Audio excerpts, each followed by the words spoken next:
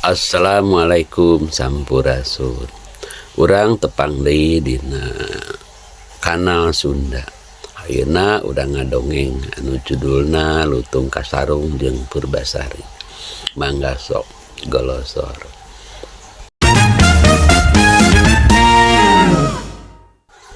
Dina hiji zaman di Tatar Sunda aya hiji karajaan anu dipingpin ku saurang raja anu wicaksana.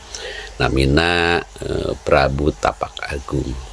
Anjeunna ngagaduhan dua budak awewe anu gareulis namina Putri Purbararang sareng raina Putri Purbasari.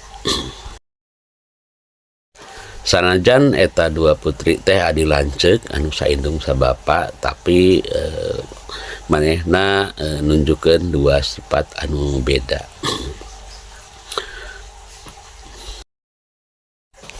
Sanajan eta dua putri teh saindung sabapa tapi Prabu nempok yen adina Purbasari leuwih bager tur wiyaksana tibatan lanceukna. Putri Purbasari oge teu ngarasa jadi putri raja. Manehna akur pisan jeung wanoja-wanoja sejen nu aya di deukeut istana. Najan maranehna ukur rahayat biasa. Sabalikna Putri Purbararang ngabogaan sabara sifat anu beda. Kayaning sombong, kabisana ukur tutuh titah, asaing uyah kuidul jeung sajabana. Anu manehna hayang wae dipihormat ku rahayat nu sejenna. Nempo kayan kitu raja mutuskeun yen nu bakal jadi pawaris karajaan nyaeta Putri Purbasari. Dina hiji waktu anu ngadeuketan akhir hayatna Raja Prabu Tapak Agung manggil kaduanana rek ngajadikeun putri bungsuna pikeun nuruskeun kalungguhan mimpin karajaan eta. Bapa tos sepuh tos cunduk kana waktu tos ninggang kana mangsa kudu nyerahkeun tahta karajaan ieu ka hidep ceuk Raja Prabu ka Putri Purbasari. Ngadenge kekecepan eta Purbararang anu jadi lanceuk Putri Purbasari teu satuju kana pabedagan eta anu langsung nurunkeun tahta ka adina. Tapi manehna di dinya teu loba protes. Ukur ngomong katunanganna anu namina Indrajaya. Kudu nama abdi putri raja anu kedah dipilih teh. Tapi nahabat Purbasari teu adil Bapak Prabu teh. Ceuk manehna kakabogohna. Kusabab didasaran ku rasa sirik, Putri Purbararang jadi ngabogaan niat anu goreng ka adina. Manehna terus neangan dukun anu bisa nyilakakeun adina Purbasari. Singkat carita Purbararang kapanggih jeung hiji dukun cakti anu mangrupa nini-nini.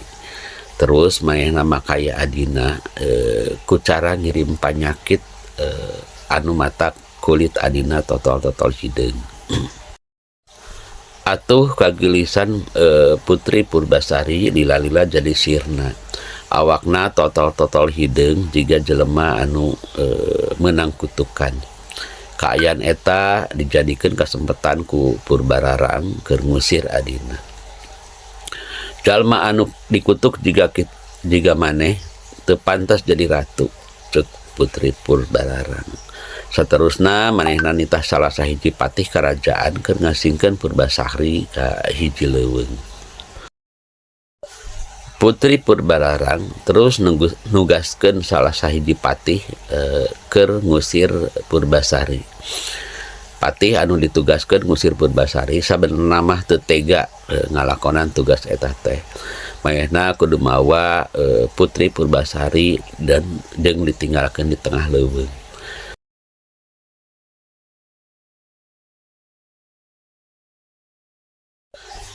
Satepina di leuweung nu jadi tempat pamicenan Putri Purbasari. Manehna mangnyienkeun saung meh Putri Purbasari teka Talangsara. Manehna oge makelan sababaraha kakas bieu aya itu ieu bisa keur ngabela diri. Memeh mulang patih eta sasadu sing tabahnya Gusti Putri ieu teh hiji cocobi kanggo calon ratu anu sanyana. Sim kuring yakin ieu teh pasti bakal enggal beres. Terus Putri Purbasari nganuhunkeun kana bantuan ti patih eta.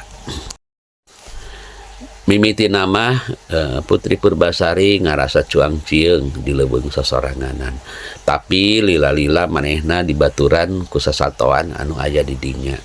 Kaasup aya hiji monyet anu buluna hideung meles, anu ngaranna Lutung Kasarung. Monyet eta teh malah dianggap pangdeuketna jeung manehna. Monyet eta semu surti kayaan Purbasari, manehna sok ngahibur mangalakeun bungbuahan jeung ngalakeun kekembangan. Di luar sakanyahoan Putri Purbasari, unggal peuting bulan purnama, Lutung Kasarung sok ngalakukeun tapa di hiji tempat anu sepi tur aheng. Ieu nunjukkeun sabenerna mah Lutung Kasarung teh lain salutung-lutungna. Dina hiji patapaan basa Lutung Kasarung keur sidakep bari meuremkeun panonna, ngadadak eta teh tempat jadi robah. Nu tadina sedong nu dikuriling ku batu anu lumutan ngadadak jadi hiji talaga anu caina herang ngagenyas. Salain eta manehna oge meunang wangsit yen cai anu bauna seungit teh bisa ngobatan sagala panyakit. Nempok kayaan kitu, Lutung Kasarung ngajak Putri Purbasari keur ngubaran panyakitna. Saenggeus diajak ka talaga eta, Purbasari nuturkeun bari tatanya dina hatena. Nah aya naon ieu teh? Rek dibawa ka mana?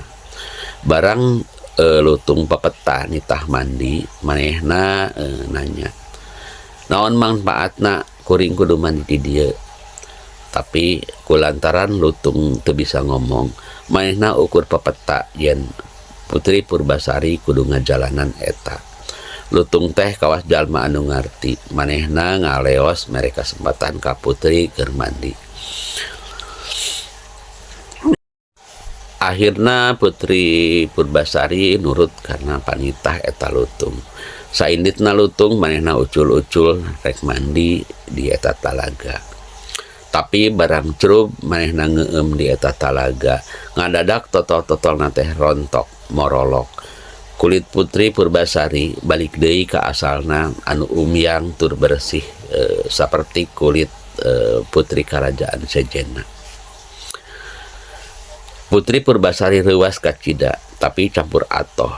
Manehna ngeunteung dina eta cai talaga. Raraina oge tos katempo geulis deui.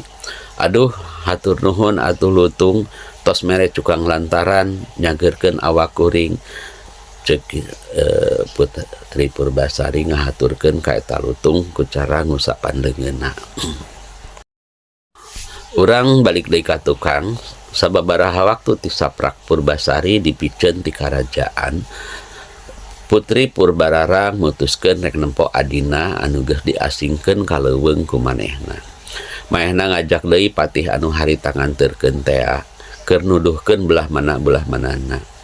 Salain ti eta manehna dibaturan ku kakasihna Indrajaya. Manehna oge mawa sababaraha pangawal keur ngajaga bisi aya itu ieu. Nepi kanu dituduhkeun ku patih tadi, manehna reuwas teu percaya kana tetempuan sorangan. Ningali adina Putri Purbasari anu geulis kawas baheula. Cager tina totol-totol hideung anu mangrupakeun panyakit jijienan manehna anu dibaturan ku nini sihir. Tapi Ratu Purbalarang teu ngarasa salah. Manehna datang ka dinya ge lain rek nyalamatkeun adina. Terus manehna nangtang, sing saha anu buungna pangpanjangna, manehna anu meunang. Mimiti nama Putri Purbasari teu hayang ngalayanan pamenta eta. tapi kulantaran terus didesek akhirna mainan nembongkeun buukna anu tadina digelungkeun.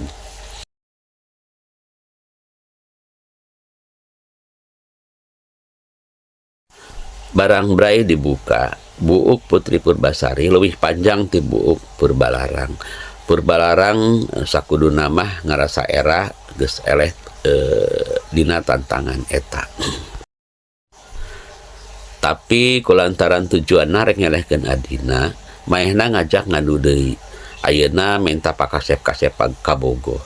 Maehna yakin Purbasari nu aya di leuweung geledegan kieu teu mungkin boga kabogoh, jadi maehna pasti bakal meunang.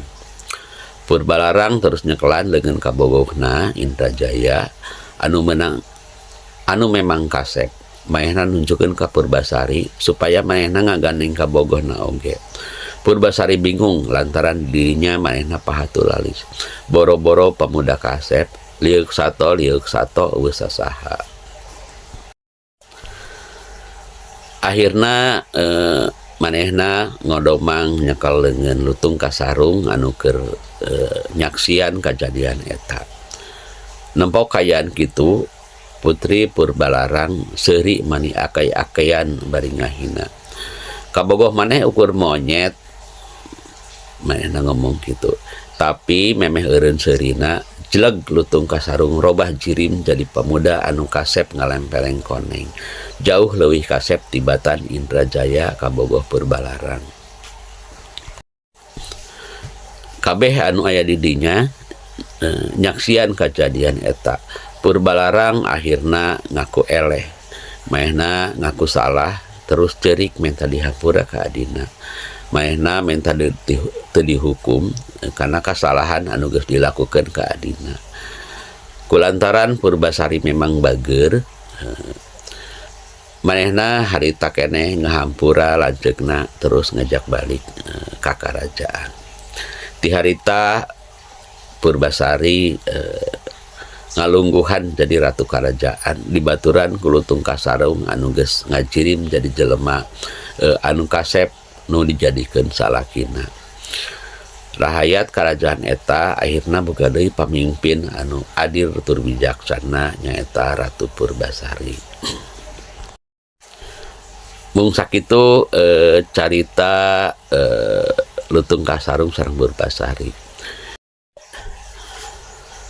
Dalam dongeng ini disebutkan ada beberapa kata yang sepertinya tidak lazim atau tidak sering digunakan dalam bahasa sehari-hari. Pertama ini adalah bager tur bijaksana. Tur di sini berarti dan, jadi baik dan bijaksana. Kemudian yang kedua itu tutuh titah. Tutuh titah itu merupakan ungkapan dari kata main perintah. Terus berikutnya adalah kata aheng. Aheng itu disebut sebagai mistis dalam kasus ini. Kemudian ada lagi kajajaden, itu artinya jadi-jadian. Apakah itu manusia, benda, dan sebagainya. Terus ucul-ucul artinya membuka pakaian. Di sini ucul-ucul itu tidak menyebutkan apakah membuka pakaian secara keseluruhan atau sebagian. Satu lagi itu cukang lantaran. Cukang lantaran itu berarti pemberi solusi yang bersifat fisik.